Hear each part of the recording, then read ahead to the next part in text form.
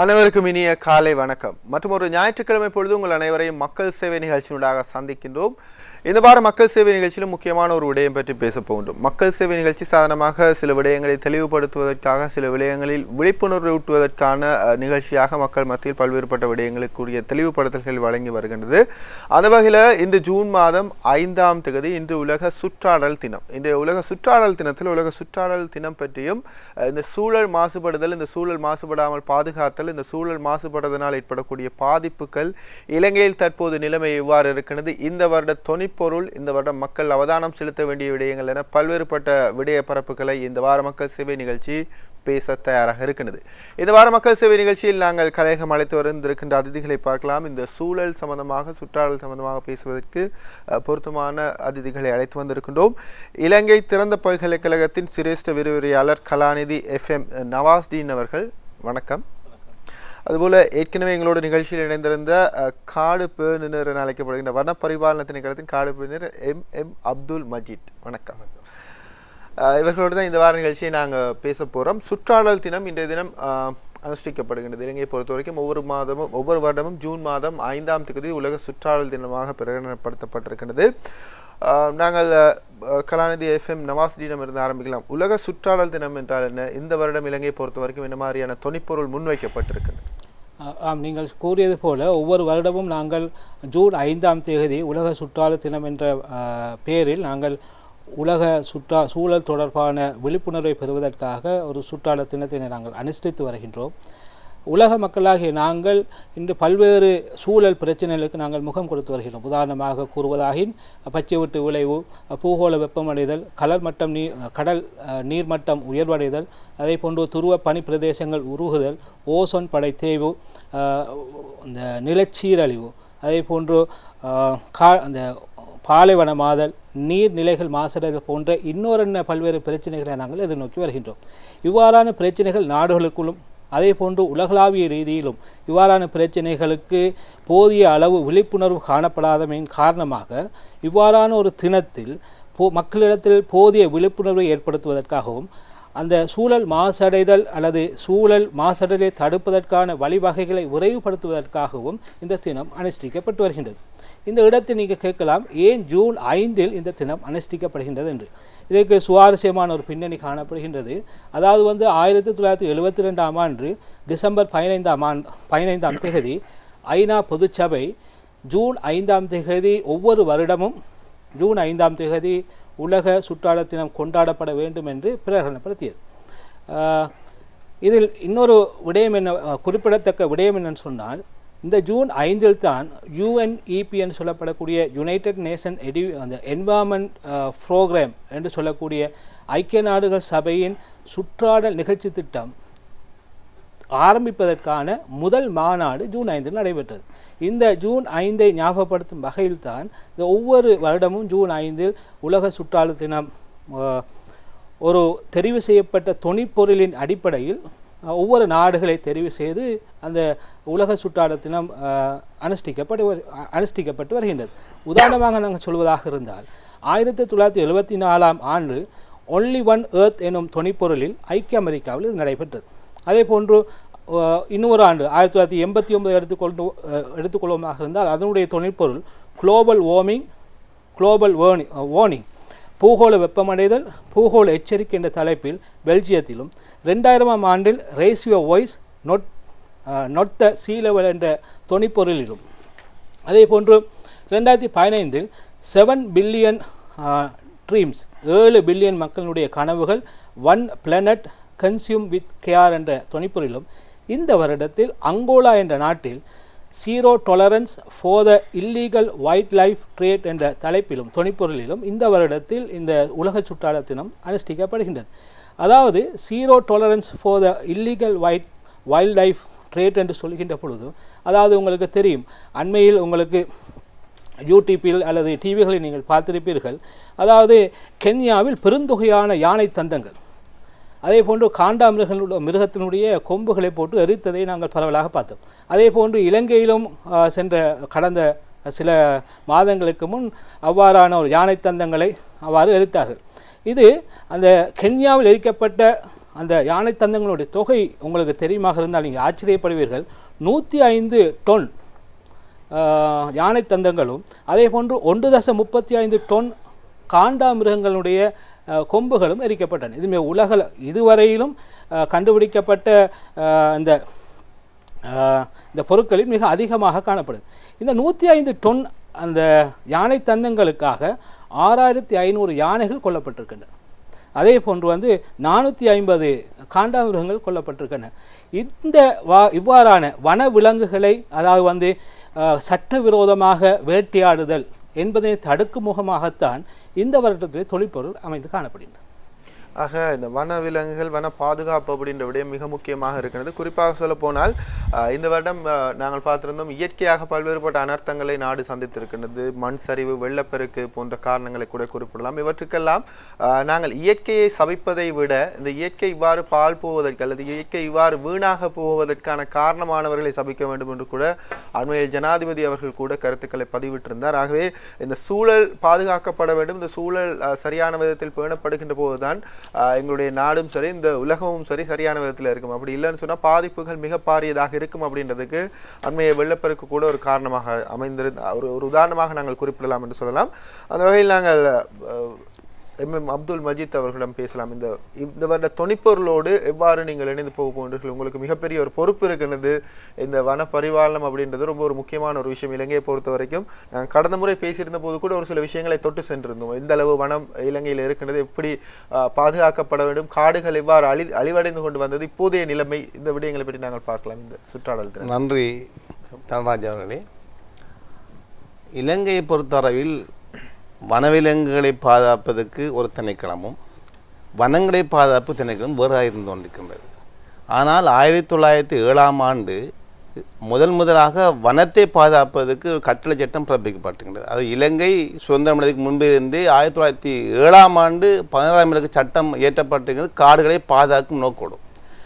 ஆனால் காட்டு விலங்குகளை தனியாக பாதுகாக்கும் நோக்கத்தோடு 1937ஆம் ஆண்டு விலங்குகள் தாவரங்கள் பாதுகாப்பு சட்டம் பார்லிமெண்டில் இயற்றப்பட்டிருக்கின்றது, அப்போது உள்ள பார்லிமெண்டில்.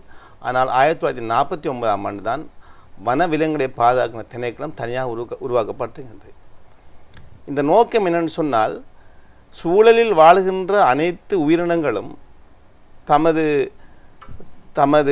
வாழிடங்களில் சுதந்திரமாகவும் அச்சுறுத்தலின் வாழும் நிலைமை உருவாக்க வேண்டியிருக்கின்றது.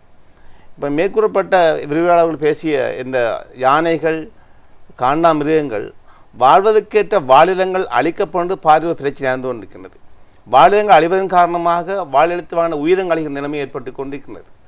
இதனால் தான் இது முற்றுமுழுதாக வாழிடமாக இருக்கின்ற காட்டுப்பகுதி பாதுகாக்கப்பட வேண்டும். இலங்கையை பொறுத்தளவில் 1800ஆம் ஆண்டுகளில், நான் இப்பொழுது அந்த கிராஃபை உங்களுக்கு காண்பிக்கலாம். இலங்கையை பொறுத்தளவில் இந்த இருக்கின்றது இந்த கிராஃப், இதில் பார்த்தாலும் உங்களுக்கு வழங்கும். 1881களில் இலங்கையில் அடர்ந்த காட்டுகளின் வீதம் 84% இருந்தது.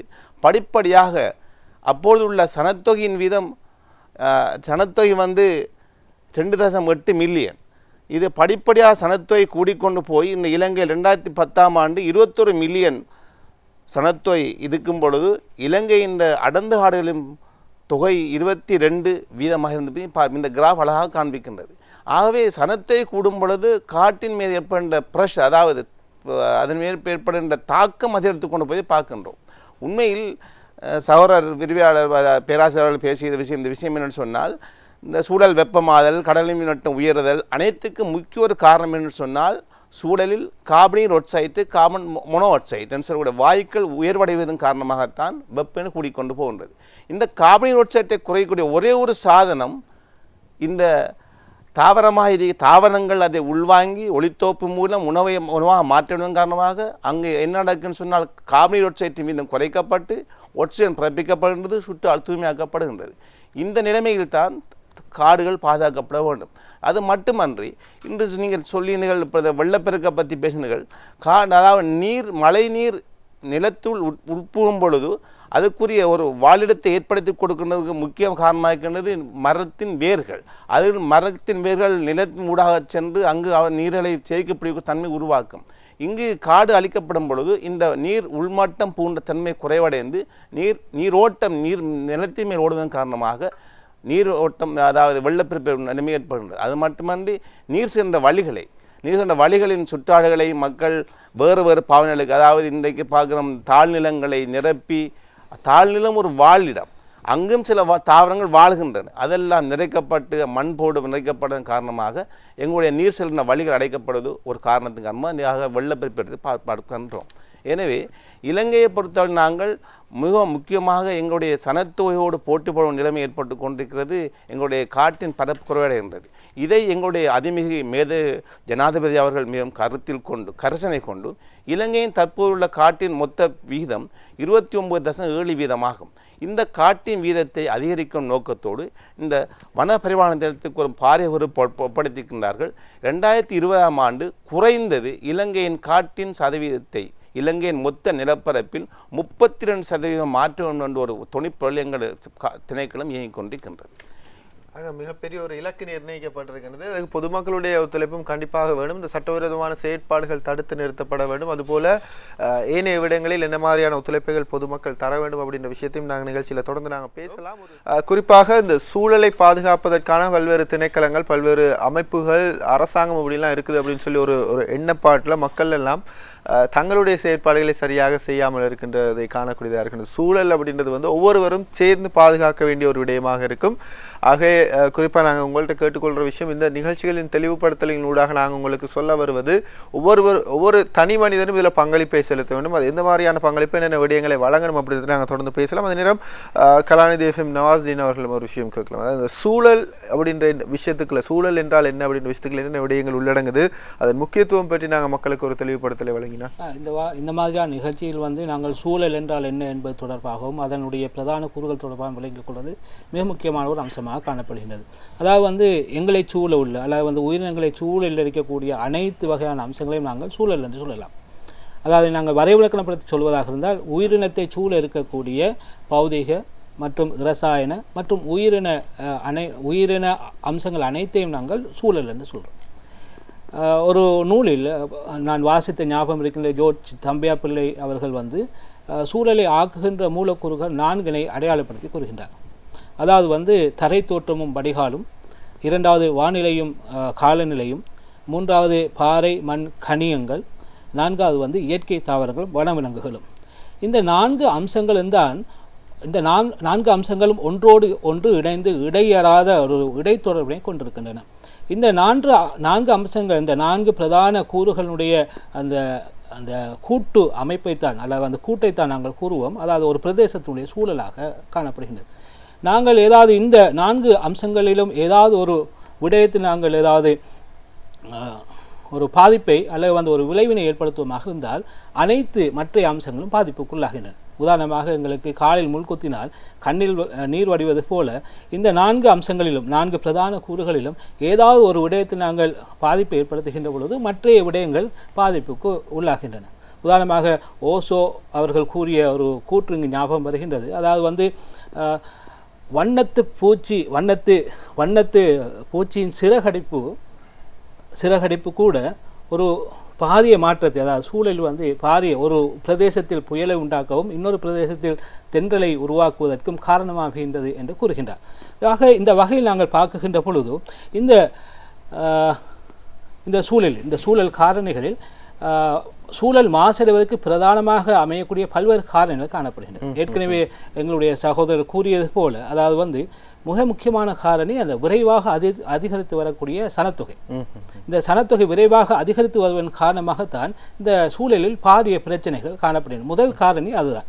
உதாரணமாக நாங்கள் பார்ப்போமாக இருந்தால், அதாவது 1950களிலிருந்து 2004ஆம் ஆண்டுகளுக்கு இடையில் உலக மக்கள் தொகை 2.5 பில்லியனிலிருந்து 6.4 பில்லியனாக அதிகரித்து காணப்படும். அதை நாங்கள் டீட்டெயிலாக பார்ப்போமா இருந்தால் 1950ஆம் ஆண்டு 2.5 பில்லியனாகவும், அதே போன்று 2004இல் 6.4 பில்லியனாகவும், 2100இல் அதாவது எதிர்காலத்தில் இன்னும் 50-60 வருடங்களில் உலக சனத்தொகை வந்து 8 பில்லியனிலிருந்து 12 பில்லியனாக அதிகரித்து காணப்படும் என்று சொல்கின்றார். ஆகவே இந்த சனத்தொகை அதிகரிப்பு தான் இந்த சூழல் மாசடைதலுக்கு மிக முக்கியமான காரணமாக இருக்கிறது. ஆகவே இந்த ஒரு சில விஷயங்களை எங்களால் கட்டுப்படுத்த முடியாவிட்டாலும் கூட எங்களால் கட்டுப்படுத்தக்கூடிய சில வழிவகைகள் இருக்கிறது. அந்த விடயங்களை நாங்கள் பார்க்கலாம். குறிப்பாக சொல்லப்போனால் இந்த காடு அப்படின்றது வந்து மிக பாதுகாக்கப்பட வேண்டிய விடயம். இப்போ நீங்கள் குறிப்பிட்ட எல்லா சூழல் காரணிகளோடும் வந்து இந்த காடு அழிப்பு அப்படின்றது மிக முக்கியமான ஒரு விடயமாக இருக்குது. இப்போ காடு அழிப்பு காரணமாக நாங்கள் குறிப்பிடலாம் நீர்நிலைகளில் மாற்றங்கள் ஏற்படலாம், கால்நிலையில் மாற்றங்கள் ஏற்படலாம், இது மாதிரியான வெள்ளப்பெருக்குகள், மண் சரிவுகள் ஏற்படக்கூடிய வாய்ப்புகள் இருக்கலாம். ஆகவே இந்த எங்களுடைய திட்டம் 2020ஆம் ஆண்டில் 32% எங்களுடைய காடுகளை கொண்டு செல்ல வேண்டும். அதற்காக நாங்கள் வன பரிபாலன திணைக்களம் அதுபோல வனவிலங்கு திணைக்களம் ஆகியன செயற்பட்டு கொண்டிருக்கிறது. அவை பற்றி பார்க்கலாம். அவர்களுடைய பங்களிப்பு என்ன மாதிரியாக அமைந்திருக்கிறது இந்த திட்டம்? இந்த அதாவது கலாநிதி அவர்கள் பேசினார்கள். இந்த சூழல் என்பது பல்வகையான சூழல் இருந்து கொண்டிருக்கின்றது. இப்போ எங்களுடைய காடுகளை பொறுத்தவரை நாங்கள் காட்டை சூழலுக்கு ஏற்ற மாதிரி வகைப்படுத்தி காட்டுகின்றோம். இப்போ இந்த லெப்டில் பார்த்த விலங்கு ரை மான்சூன் ஃபாரஸ்ட், அதாவது அது ஒரு வித்தியாசமான சூழல். அந்த சூழலில் வாழக்கூடிய உயிரினமும் அந்த சூழலில் வாழக்கூடிய தாவரமும் வித்தியாசமாக இருந்து கொண்டிருக்கும். ஆகவே அந்த சூழலை மாற்றமடைய செய்வது அந்த சூழலில் வாழக்கூடிய உயிரினத்துக்கு பாதிப்பு ஏற்படுத்த அமைப்பு எடுத்து பாடுகின்றோம். இதே போல தான் உங்களுக்கு தெரியும், மிகவும் இலங்கையில் பிரபலமாக பேசப்பட்ட ஒரு காடு சிங்கராஜா. ஏன் சிங்கராஜ் காடு பிரபலமாக பேசப்பட்ட காரணம் என்னென்னு சொன்னால், அது ஒரு சான்றாக இருந்து கொண்டிருக்கின்றது. இலங்கையும் இந்தியாவும் நிலத்தொடர்பு ஏற்கனவே இருந்தோன்னு சொல்லி பேசப்பட்ட மயோசின் காலத்துக்கு முற்பட்ட காலத்திலும் இலங்கையும் இந்தியாவும் ஒரு நிலத்தொடர்பு இருந்ததுக்கு சான்று கூடக்கூடிய மரங்கள் இன்றும் இலங்கை சிங்கராஜ வனத்துக்கு காணப்பட்டு கொண்டிருக்கின்றது. இது ஒரு முக்கியமான காட்டினம். இங்கு வாழ்ந்த காட்டு மரங்கள் முக்கியம். ஆகவே இங்கு நீங்கள் சிங்கராஜா போயிருந்த கேள்விப்பட்டிருப்பீங்க. அங்கே சிங்க கலன்னு சொல்லி சிங்களத்தா சொல்வார்கள். சிங்க மலை என்று ஒரு மலை ஒன்று இருந்து கொண்டிருக்கு. அதாவது அந்த மலையில் சிங்கம் போய் உறங்கி கொண்டிருக்குமா. ஆனால் இன்றைக்கு சிங்கம் இல்லை. ஏன் காரணம்னு சொன்னால், மக்கள் பெரும் படையெடுத்து சென்று குடியேறின் காரணமாக உரிய வாழ்விலங்கு இல்லாத காரணமாக அந்த விலங்கு அழிஞ்சு போய் கொண்டு பார்க்கின்றோம். இது மாதிரி நீங்கள் இந்த லெப்டில் பார்க்கணும் விலங்கு பல வகையான காட்டமைப்பு இருக்கின்றது. இந்த சூழல் அதாவது நீர்நிலை கூட ஒரு சூழல் தான். அது லெப்டில் பார்க்கும் விலங்கு இது ஒரு நீர்நிலை. இந்த நீர்நிலை கூட இலங்கையின் முக்கியமான, அதாவது எங்களோட சிங்கராஜா வனத்துக்கூடா சிலன்ற ஒரு நீர்நிலை தான் இது. ஜின்காங்கை சேர்ந்த இடம். இது ஒரு முக்கியமான நீர்நிலை. இது சூழல் அமைப்பு பார்க்கின்றோம். கடல் தொகுதி அழகான பார்க்க எங்களுக்கு கண்கவர்கின்ற எத்தனையோ வகையான கோரல்ஸ் என்று அழைக்கக்கூடிய வகையான இந்த தாவரங்கள் காணப்படுகின்றது. இது ஒரு வித்தியாசமான சூழல் தொகுதி. இது அத்தனையும் பாதுகாக்கப்பட வேண்டும். ஒவ்வொரு உயிரினங்களும் வாழ்ந்து கொண்டிருக்கின்றது. இன்னொரு சூழ்நிலை பார்க்கணும். இது சாதாரணமாக இது மலை வந்து அதாவது சுலோப் ஏரியாவில் எங்களோட தாவர வர்க்கங்கள் வளரக்கூடிய அமைப்புகள் கண்டு கொண்டிருக்கிற அமைப்புகள் பலவான சூழத்துக்கு அனுப்புறது. இதை இரண்டே நிர்வகிக்கும் நிறுவனங்களை பார்க்கணும். 2 வகை நிறுவனம் ஏற்கனவே நான் சொல்லியிருந்தேன் உங்களுக்கு. ஒன்று வன பரிபாலன திணைக்களம், அடுத்த வன விலங்கு பாதுகாப்பு திணைக்களம். இந்த 2 திணைக்களங்களையும் வித்தியாசமான பெயர்களில் காடுகளை பெயரிட்டிருக்கின்றார்கள். அந்த டிவியில் பார்த்தா நடக்கும் நினைக்கிறேன். இதில் காண்பிக்கப்படும். இதில் அதாவது ஃபாரஸ்ட் டிபார்ட்மெண்ட் செய்கிறது 4 வகையான காடு இருந்து கொண்டிருக்கின்றது.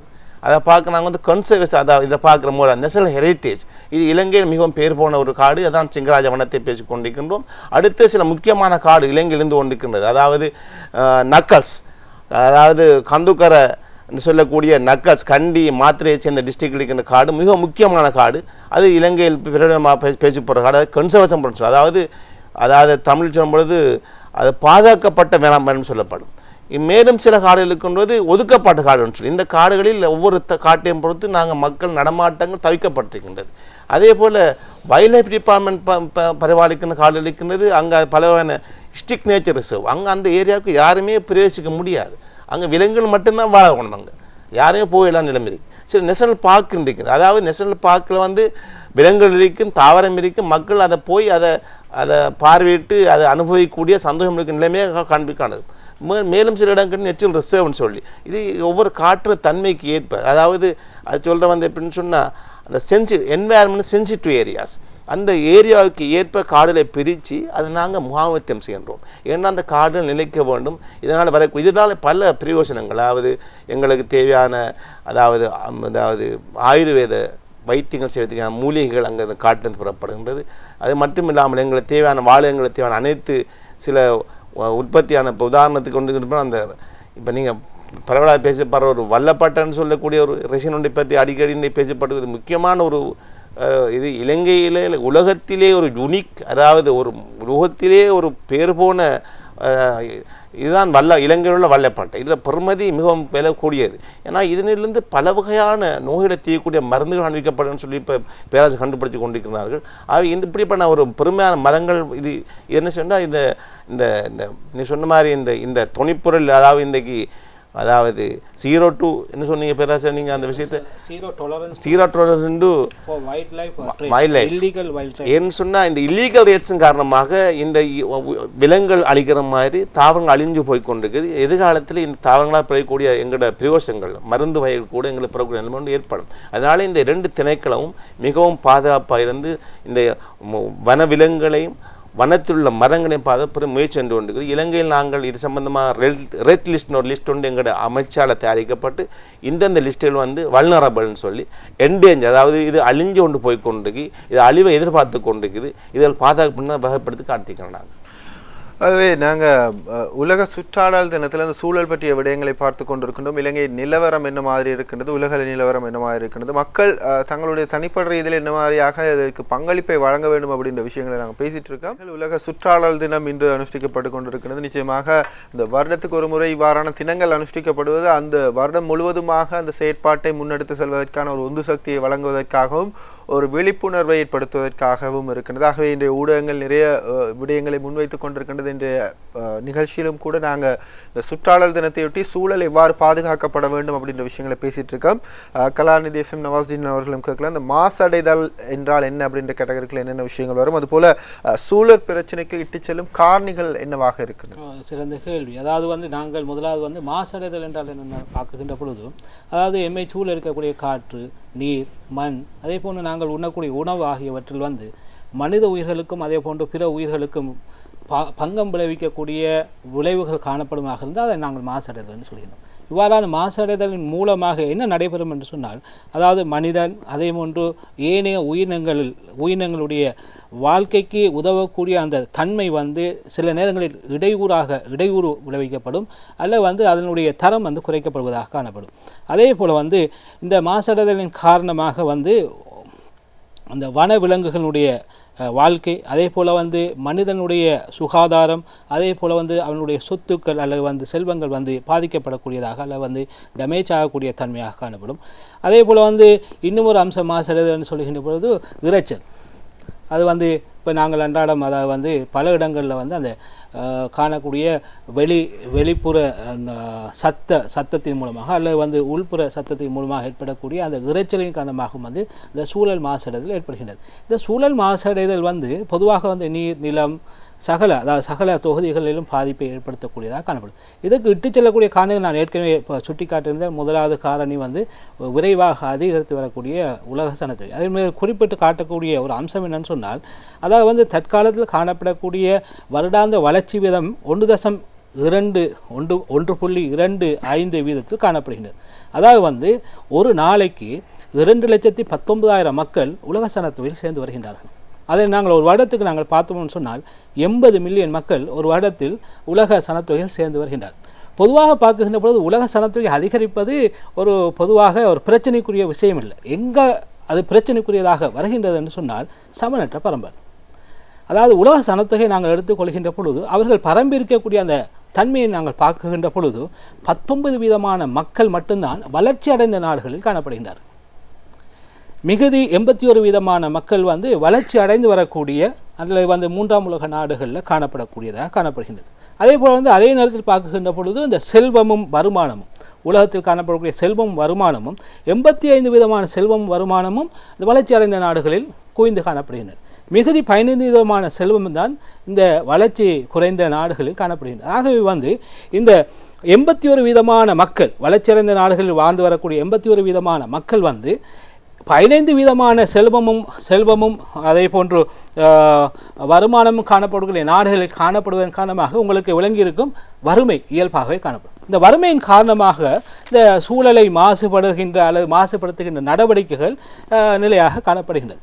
அதே போன்று நாங்கள் பார்க்கின்ற பொழுது மக்களிடத்தில் காணப்படக்கூடிய குறைவான விழிப்புணர்வின் காரணமாக அல்லது போதிய அறிவின்மையின் காரணமாகவும் இந்த சூழல் பிரச்சனைகள் அல்லது சூழல் மாசடைதல் என்பன காணப்படுகின்றன.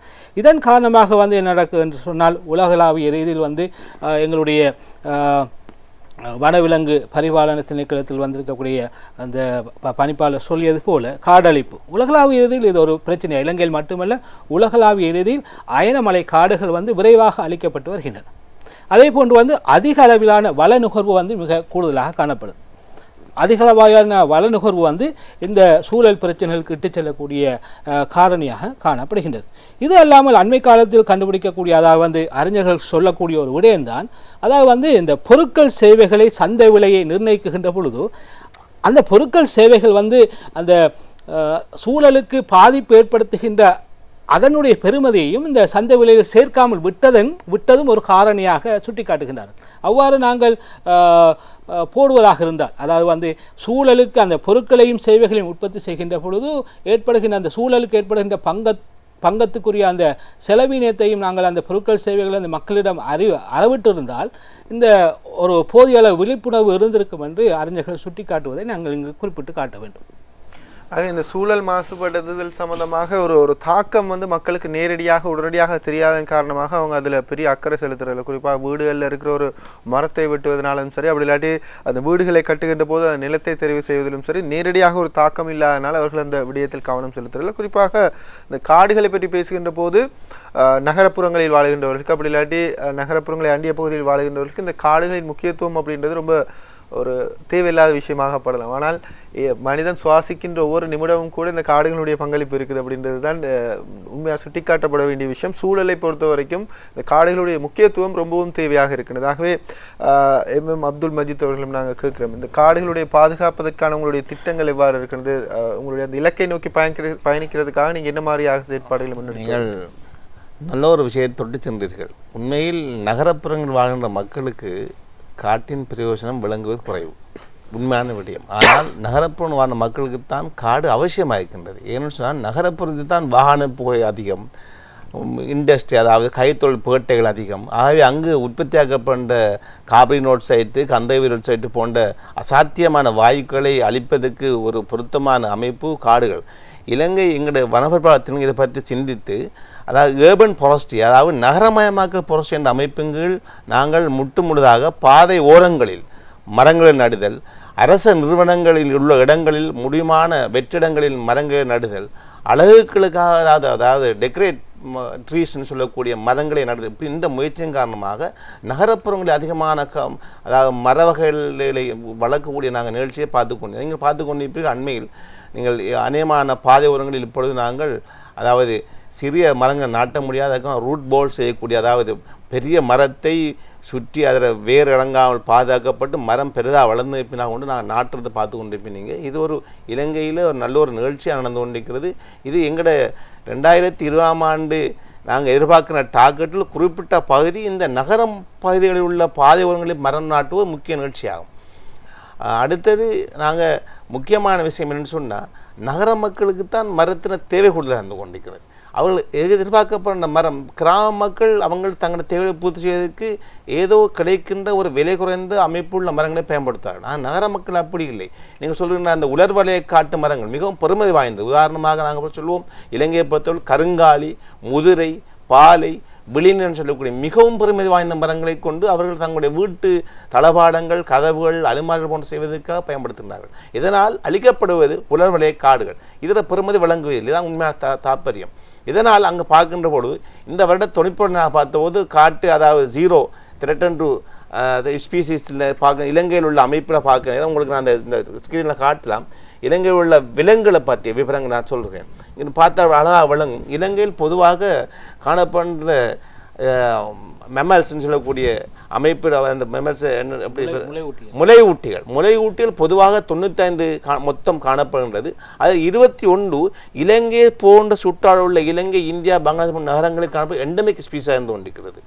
அந்த முளையூட்டி மொத்தம் அந்த 95இல் 53% திரட்டன், அதாவது அது அழிவடைஞ்சு கொண்டு போய்கொண்டிருக்கிறது. அதில் 18 ஸ்பீசிஸ் நாங்கள் பார்க்குறோம் எண்டமிக் ஸ்பீஸ் அழிவடைஞ்சு போய்கொண்டிருக்குது. ஒவ்வொரு இதே போல் பட்டர்ஃப்ளை அழிவடைஞ்சு போய்கொண்டிருக்கு. சினேக், அதாவது பாம்பு இனங்கள், பறவைகள், ரெப்டைல்ஸை நான் பார்க்குறோம். இந்த ரெப்டைல்ஸ் 124 ரெப்டைல் இலங்கைக்கு ஒரு ரெப்டைல்ஸ் இருந்து கொண்டிருக்கு. அதாவது அம்பிபியன்ஸை பார்க்குறோம் 111, 95 ஸ்பீசிஸ் எண்டமிக். இலங்கையில். ஆனால் அதில் அதிகமாக 71% அழிவடைஞ்சு போய் கொண்டிருக்குது. இலங்கையை பொறுத்தவரை இந்த காடழிப்பின் காரணமாக இலங்கையில் உயிரினங்கள் அழிஞ்சு போய் கொண்டிருக்கிறது. நாங்கள் கன்னியாவை பற்றி யோசிக்கின்றோம், அங்குள்ள காண்டாமிருகம் அழிகின்றது, யானை அழிகின்ற யோசிக்கணும். இலங்கையில் எல்லா உயிரினங்களும் இந்த காடழிப்பும் அழிஞ்சு கொண்டு போய் கொண்டிருக்கிறது. சகோதரர் சொன்ன மாதிரி இந்த இலங்கையை பொறுத்த அளவில் எல்லா அபிவிருத்தி வேலைகளுக்கும் காடு தான் தேவை. இப்போ நாங்கள் இந்த காடு சம்பந்தமான பிரச்சனைகளை போன்று முகம் கொடுக்கிற நேரம் எல்லா திணைகளும் எங்களை எதிர்கொள்த்தான் பார்ப்பார்கள். காட்டு திணைகளும் மட்டும்தான் அந்த காற்று நிலம் கொண்டு உருவாக நிலையை பார்த்து கொண்டிருக்கின்றோம். இது மக்களுக்கு அந்த காற்றின பெருமை விளங்குவதில்லை. ஏன்னு சொன்னால் இதனுடைய அந்த தாக்கம் நேரடியாக விளங்குவதில்லை, மறைமுகமாக ஏற்படும் தாக்கம் காரணமாக மக்களுக்கு இதன் பெருமை விளங்குவதான் காரணமாக. இப்போ நாங்கள் சொல்லலாம், காடுகளை அழிப்பதன் மூலமாக தாக்கம் உங்களோட தலைமுறைக்கு உங்களுக்கு தோற்றலாட்டியும் கூட எங்களுடைய கடந்த தலைமுறை செய்ததை தான் நாங்கள் இப்போ அனுபவிச்சுக்கோம். ஆக நாங்கள் செய்கிறது மிகப்பெரிய ஒரு அழிவாக இருக்கும். எங்களுடைய அடுத்த தலைமுறை மிகப்பெரிய ஒரு பிரச்சனையை எதிர்நோக்க வேண்டி வரும் இந்த காடுகளை சரியான விதத்தில் பாதுகாக்காவிட்டால் அப்படின்னு சொல்கிறத நாங்கள் ஞாபகப்படுத்துகிறோமாகவே. இவர்கள் சொன்னது போல சாதாரணமாக நேரடியாக தெரிகிற தாக்கம் ஒரு விலைவாசி அதிகரிச்சிருந்தால், அப்படி இல்லாட்டி இந்த சூழல் மாசுபடுவதற்காக அந்த பொருட்கள் என்ன மாதிரியான ஒரு விலையை செலுத்த வேண்டும் அதையும் பொருளோடு அறவிட்டிருந்தால் நிச்சயமாக மக்கள் அதனை நேரடியாக உணர்ந்திருப்பார்கள். ஆனால் இப்போது இந்த தாக்கம் பற்றி நாங்கள் பேசுகின்ற போது இந்த காடுகளுடைய வீதம் குறைவடைந்து கொண்டு வருகின்றது அப்படின்றத நாங்கள் ஏற்றுக்கொள்ளத்தான் வேண்டும் இல்லையா? சாதாரணமாக 22% இப்போது நான் இந்த ஸ்லைடில் நீங்கள் பார்த்த விளங்கும் எங்களுடைய காடழிவு வீதம் ஏற்கனவே கூடிக்கொண்டிருந்தது. இப்போ 1999 2010 பார்க்கும்போது அதாவது 0.2 தான் காடழிப்பு ஏற்படுகிறது. ஆகவே நாங்கள் இப்போ 2016 பார்க்கும்போது இது இன்னும் குறைவடைஞ்சு கொண்டு, ஏன்னா எங்களோட திணைக்களங்கள் சட்டங்களை மிகவும் வலுவாக அமல்படுத்தும் காரணமாகவும் அரசாங்கம் அதுக்குரிய போதிய வசதி வாய்ப்பை தருவதன் காரணமாகவும் இப்பொழுது இலங்கையில் காடழிப்பு மிகவும் குறைவடைந்து கொண்டிருக்கிறது. ஒரே ஒரு காரணம் தான் காடழிப்பு இப்படி இலங்கை இருந்து கொண்டிருக்கிறது. இலங்கையின் அபிவிருத்தி திட்டங்களின் காரணமாக காடுகள் சில அழிக்கும் நிலைமை ஒன்று ஏற்படும். உதாரணமாக நீர்த்தேக்கங்கள் உருவாக்குதல், பாதைகள் அமைத்தோம்னா எக்ஸ்பிரஸ்வே, உதாரணமாக இப்போ தெற்கு சதர்ன் எக்ஸ்பிரஸ்வேன்னு சொல்லக்கூடிய எக்ஸ்பிரஸ்வே அமைக்கும் காடுகள் அழைக்கக்கூடிய மக்கள் இப்பொழுது அதாவது அடாத்தா குடியேறுதல், அடாத்தா பயிற்சி வீதம் மிகவும் குறைவடைந்து கொண்டு போய்கொண்டிருக்கிறது. அரசாங்கத்தின் சில அபிவிருத்தி காரணமாக இலங்கை அடிவதையோடு இப்பொழுது பொதுவாக குறைவடைந்து இருக்கிறது பார்க்கலாம். எதிர்வரும் காலங்களில் இன்னும் அது எங்களுடைய செயல்பாடுகள் குறைக்கக்கூடியதாக சந்தர்ப்பம் தோன்றி.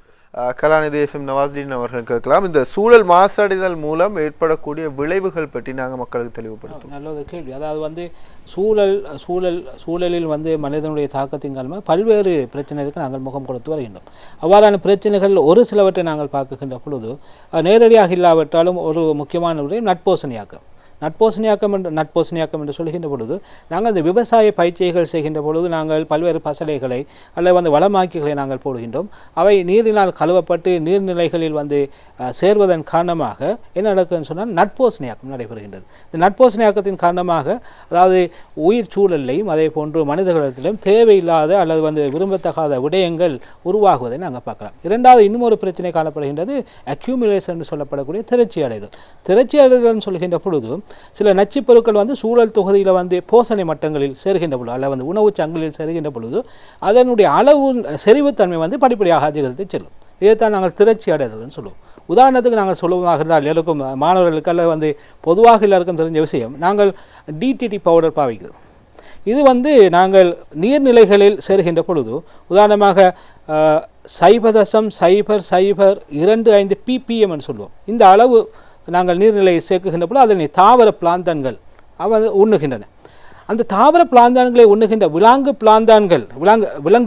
பிளாந்தான்கள் அதனை உண்ணுகின்ற பொழுது இந்த தாவர பிளாந்தான்கள் இருந்த அந்த டிடிடி பவுடரினுடைய அளவு 0.123 ppm மாறுகின்றது. இந்த விலங்கு பிளாந்தானை உண்ணுகின்ற சிறிய மீன்களில் இந்த டிடிடி பவுடரினுடைய அளவு 1.04 ppm அதிகரித்து செல்கிறது. இவ்வாறு அதிகரித்து இந்த பெரிய பறவை வருகின்ற பொழுது அந்த 0.025 அளவில் காணப்பட்ட அந்த டிடிடி பவுடரினுடைய அந்த செறிவுத்தன்மை 124 ppm மாறுவதை நாங்கள் பார்க்கலாம். இது ஒரு மிக முக்கியமான அம்சம். அதே போன்று அடுத்த ஒரு அம்சம்தான் பச்சை வீட்டு விளைவு. பச்சை வீட்டு விளைவு உங்களுக்கு தெரியும், அதாவது உகப்பற்ற சூழ்நிலையில் தாவரங்களை வளர்ப்பதற்காக பயன்படுத்தக்கூடிய ஒரு அம்சம்தான் பச்சை வீட்டு விளைவு அல்லது கிரீன் ஹவுஸ்ன்னு சொல்லுவோம். பேராதனை பூங்காக்களுக்கு போயிருந்தால் உங்களுக்கு தெரியும், இந்த ஓர்கிட் அந்த தாவரங்களை இந்த பச்சை வீடுகளில் வளர்ப்பார்கள். இதே போன்ற ஒரு செயற்பாட்டினை தான் எங்களுடைய புவியும் செய்து வருகின்றது. அதாவது சூரியனில் இருந்து வரக்கூடிய அந்த சிற்றலை கதிர்களை உள்வர விடுகின்ற அந்த புவியானது, அதாவது அந்த சிதறல், அதாவது புவியை சுற்றி வளிமண்டலம் காணப்படுகின்றது. அந்த வளிமண்டலம் இந்த சிற்றலை கதிர்களை பல்வேறு செயற்பாடுகளுக்கு உட்படுத்தி புவிக்கு அந்த ஓரளவு அந்த வெப்பத்தை அல்லது கதிர்வீசை உள்விடுகின்றது. இவ்வாறு உள்விடுகின்ற அந்த தன்மை பிறகு அந்த புவியில் இருந்து நெட்டலை வடிவில் மீண்டும் வெளியேறி, அதாவது வெளியே வீசப்படுகின்றது. அவ்வாறு வீசப்படுகின்ற பொழுது உள்வர விடுகின்ற அந்த வளிமண்டலம் அதனை அந்த நெட்டலை கதிர்கள் வெளியில் செல்வதற்கு அனுமதிப்பதில்லை. அவ்வாறு வெளிச்செல்லாமல், அதாவது புவிக்கு தேவையான, புவியில் வாழக்கூடிய உயிரினங்களுக்கு தேவையான வெப்பத்தை பேணுவதற்காக அந்த வெப்பத்தை அவ்வாறு தக்க வைத்துக் கொள்கின்றது. அவ்வாறு தக்க வைத்துக் கொள்வதற்கு அந்த பச்சை, அதாவது வளிமண்டலத்தில் காணப்படக்கூடிய சில வாயுக்கள், அதாவது கார்பன் டை ஆக்சைடு, மெத்தேன், அதே போல் அந்த படைமண்டலத்தில் காணப்படக்கூடிய ஓசோன், அதே போல் அந்த மித்தேன் போன்ற வாயுக்கள் இதற்கு நீராவி போன்றவை என்ன நடக்கும், அந்த பச்சை வீட்டு விளைவுக்கு உதவி புரிகின்றன. மனிதனுடைய செயற்பாட்டின் காரணமாக எங்களுடைய சொன்னது போல இந்த கார்பன் டை ஆக்சைடுடைய அளவு அதிகரித்ததன் காரணமாக, விவசாய நடவடிக்கைகள் மூலமாக மித்தேனுடைய அதிகரிப்பின் காரணமாக, அதே போல் வாகன புகைகள் மூலமாக நைட்ரஸ் ஆக்சைடுடைய அளவின் காரணமாக, அளவு அதிகரிப்பின் காரணமாக, அதே போல் மனித செயற்பாடுகள், உதாரணமாக அண்மை காலங்களில், கடந்த காலங்களில் நாங்கள் எங்களுடைய தற்பொழுது இலங்கையில் இல்லை, அதாவது நாங்கள் குளிரூட்டுகளில் பயன்படுத்துகின்ற பொழுது சிஎஃப்சி என்ற வாயுவினை நாங்கள் வெளியிட்டோம். இந்த சிஎஃப்சி வாயின் மூலமாக குளோரோஃப்ளோரோ கார்பன்கள் போயிட்டு ஓசோன் என்ற அந்த O3 என்ற கட்டமைப்பை உடைத்து விடுகின்றன. இவ்வாறு உடைத்து விடுவதன் காரணமாக ஓசோன் ஓட்டை என்று சொல்லப்படக்கூடிய அளவு ஓசோன் சிதைவு என்று சொல்லக்கூடிய விடயத்துக்கு நாங்கள் முகம் கொடுத்தோம். அதே போன்று இந்த ஓசோன் உடைப்பதன் காரணமாக இந்த பச்சை வீட்டு விளைவுக்கு ஒரு பாரிய செல்வாக்கு செலுத்தியதை காணுகின்றோம். இந்த பச்சை வீட்டு விளைவின் காரணமாக அண்மை காலங்களில் எதிர்நோக்கக்கூடிய மிக முக்கியமான பிரச்சனை தான் குளோபல் வார்மிங், பூகோள வெப்பமடைதல். இது ஒன்று கொண்டு சம்பந்தம் முடியாது. குளோபல் வார்மிங் அந்த பச்சை வீட்டு விளைவினுடைய அதிகரிப்பின் காரணமாக இந்த உலகளாவிய ரீதியில் அல்ல பூகோள வெப்பமானது அண்மை காலங்களில் அதிகரித்து வருவதை பார்க்கின்றோம்.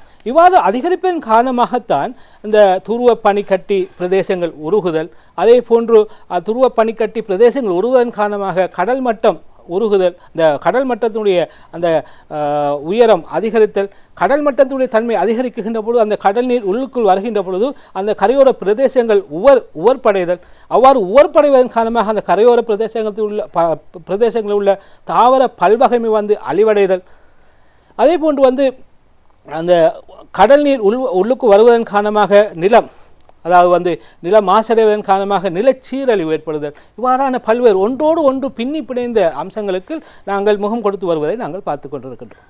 ஆகவே இந்த சூழல் மாசுபடுதல் அப்படின்றது சாதாரணமாக ஒரு விடயத்தோடு மாத்திரமில்லாமல் எல்லாமே ஒன்றோடு ஒன்று தொடர்பட்டது. சாதாரணமாக நாங்கள் வீட்டில் வீசுகிற அந்த பிளாஸ்டிக் மூலமாக, வீட்டில் வெளியில் வீசுகிற அந்த பிளாஸ்டிக் மூலமாக மிகப்பெரிய ஒரு பாதிப்பு நமக்கே திருப்பி சேருது. ஆகவே மக்கள் ஒவ்வொருவரும் தனிப்பட்ட முறையில் இந்த சூழலை பாதுகாப்பதற்கான உறுதியை எடுக்க வேண்டும். அவ்வாறு உறுதி எடுத்தால்தான் எங்களுடைய அடுத்த தலைமுறைக்கு ஒரு நல்ல ஒரு உலகத்தை, நல்ல ஒரு பூமியை நாங்கள் வழங்கக்கூடியதாக இருக்கும். இந்த காடுகளை என்னென்ன விஷயங்களுக்காக மக்கள் அளிக்கின்றார்கள், அப்படி என்னென்ன விஷயங்களுக்காக அழிவடைகின்றது அப்படின்றத பார்க்கலாம்.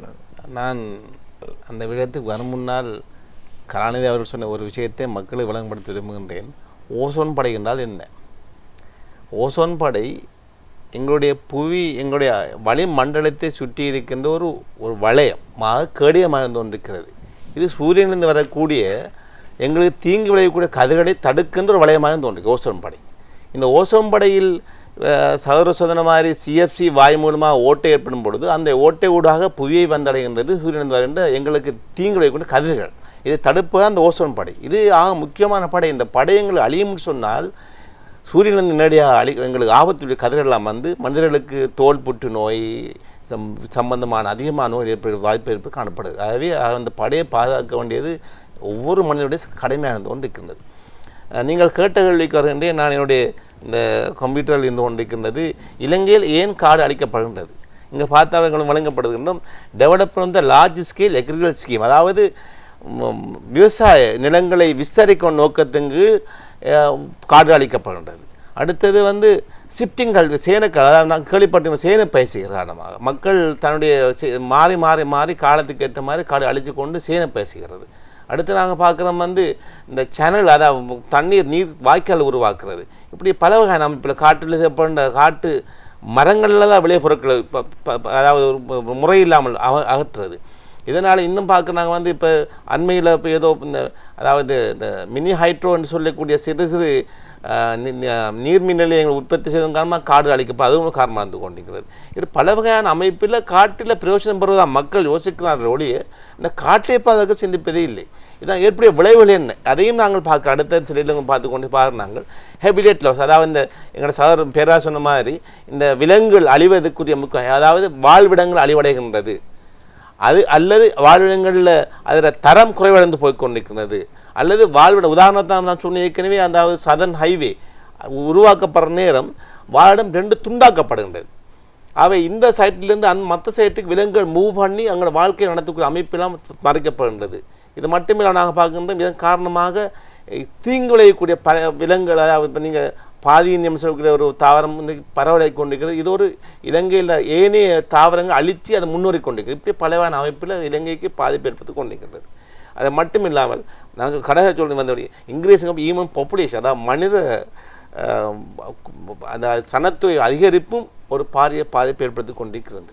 இதுதான் நிலைமை. முக்கியமான காடழிப்புக்கான காரணங்களாகவே இருக்கிறது. குறிப்பாக இந்த காடழித்தலாக இருக்கலாம் அல்லது சூழல் மாசுபடுதலாக இருக்கலாம். இது சம்பந்தமான விழிப்புணர்வு ஊட்டல், தெளிவுபடுத்தல் அப்படின்றது ரொம்ப ஒரு முக்கியமான ஒரு விஷயம். அதுக்காக தான் உலகளாவிய ரீதியில் கூட இவ்வாறான சுற்றாடல் தினம் அனுஷ்டிக்கப்படுகிறது. ஆகவே இந்த விழிப்பூட்டல் நடவடிக்கைகள் தொடர்பாக கல்வி ஊட்டுவதில் பாடசாலைகள் மட்டத்தில் அல்லது ஏனைய முயற்சிகள் எவ்வாறானதாக இருக்கிறது? பொதுவாக வந்து இலங்கை கல்வி கலை திட்டத்தில் வந்து ஆரம்ப கலை திட்டத்திலிருந்து உயர்தரம் வரையும் இந்த சூழல் தொடர்பான விழிப்புணர்வு ஏற்படுத்தப்பட வேண்டும் என்ற அடிப்படையில் 1997 தேசிய கல்வி ஆணைக்குழு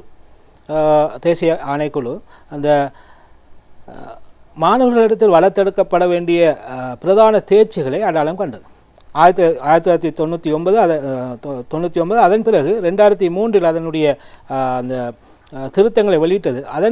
அதன்படி சூழல் தொடர்பான தேர்ச்சிகளை மாணவர்களிடத்தில் வளர்த்தெடுப்பது மிக முக்கியமானது. அதாவது தரம் 1 தரம் 13 வரையிலான பாடங்கள் அனைத்து பாடங்களின் ஊடாகவும் சூழல் தொடர்பான தேர்ச்சிகளை மாணவர்களிடத்தில் வளர்த்தெடுப்பது மிக முக்கியமாக காணப்படுகிறது. சூழல் தொடர்பான தேர்ச்சிகளுக்கு கீழ் சமூக சூழல் தொடர்பான, உயிரியல் சூழல் தொடர்பான, பௌதீக சூழல் தொடர்பான தேர்ச்சிகளை மாணவர்களிடத்தில் வளர்த்தெடுக்க வேண்டிய அதற்குரிய பாட விடயங்கள், அதற்குரிய கற்றல் கற்பித்த நடவடிக்கைகள், இணைப்பாட விதான செயற்பாடுகள் முன்னெடுத்து செல்லப்பட வேண்டியது மிக முக்கியமாக காணப்படுகிறது. ஆனால் துரதிர்ஷ்டவசமாக இலங்கையில் அதாவது வந்து பரீட்சை மைய கல்வி, அதாவது மாணவர்கள் பொதுவாக வந்து பரீட்சை தரம் ஆரம்ப பிரிவு எடுத்துக்கொண்டால் தரம் 5 பாஸ் பண்ண வேண்டும்.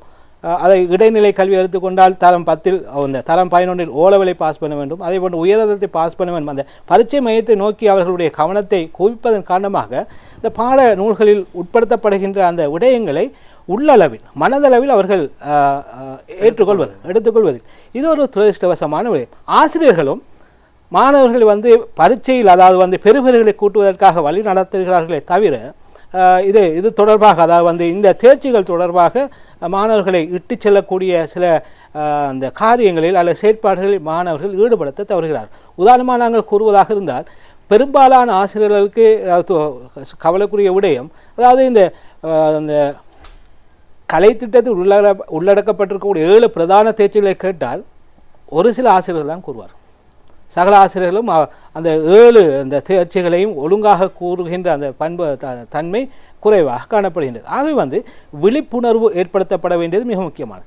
2வது மனப்பாங்கில் மாற்றம் வர வேண்டும். மனப்பாங்கில் மாற்றம் வருகின்ற பொழுது, அதாவது வந்து நாங்கள் ஒரு கடைக்கு போகின்றோம், அந்த கடைக்கு போகின்ற பொழுது அந்த கடையில் பொருட்களை வாங்குகின்ற பொழுது பொதுவாக ஷாப்பிங் பேக்கில் சாமான்களை போட்டு தருவார்கள், பொருட்களை போட்டு தருவார்கள்.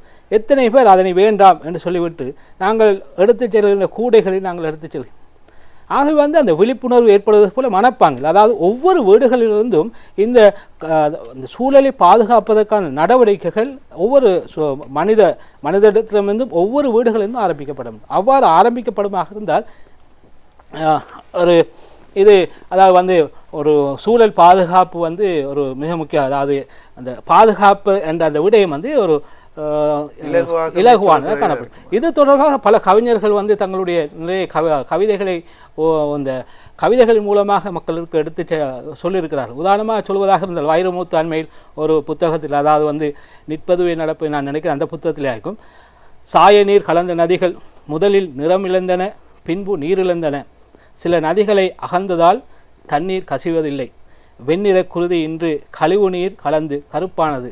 இவ்வாறு அந்த மக்களிடத்தில் அந்த சூழல் விழிப்புணர்வு ஏற்படுத்த வேண்டும் என்பதற்காக கவிஞர்கள் கூட தங்களுடைய ஆக்கங்களை செலுத்தி வருகின்றனர். ஆகவே மனப்பாங்கில் மாற்றம் கொண்டு வர வேண்டும். ஆகவே இவ்வாறு சமூகத்தில் ஒவ்வொரு தரப்பினரும் ஒவ்வொரு விதமான முயற்சிகளை எடுக்க வேண்டும். தனிப்பட்ட ரீதியில் நாங்கள் கேட்டுக்கொள்வது அதுதான்.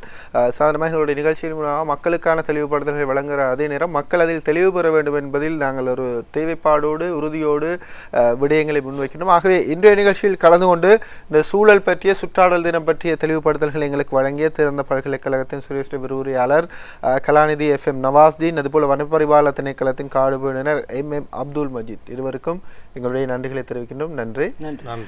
அதுபோல நிகழ்ச்சியில் இணைந்திருந்த அனைவருக்கும் எங்களுடைய நன்றிகளை தெரிவித்து மற்றும் ஒரு நிகழ்ச்சியில் உங்களை சந்திக்கலாம் என்று கூறி விடைபெறுகின்றோம். நன்றி, வணக்கம்.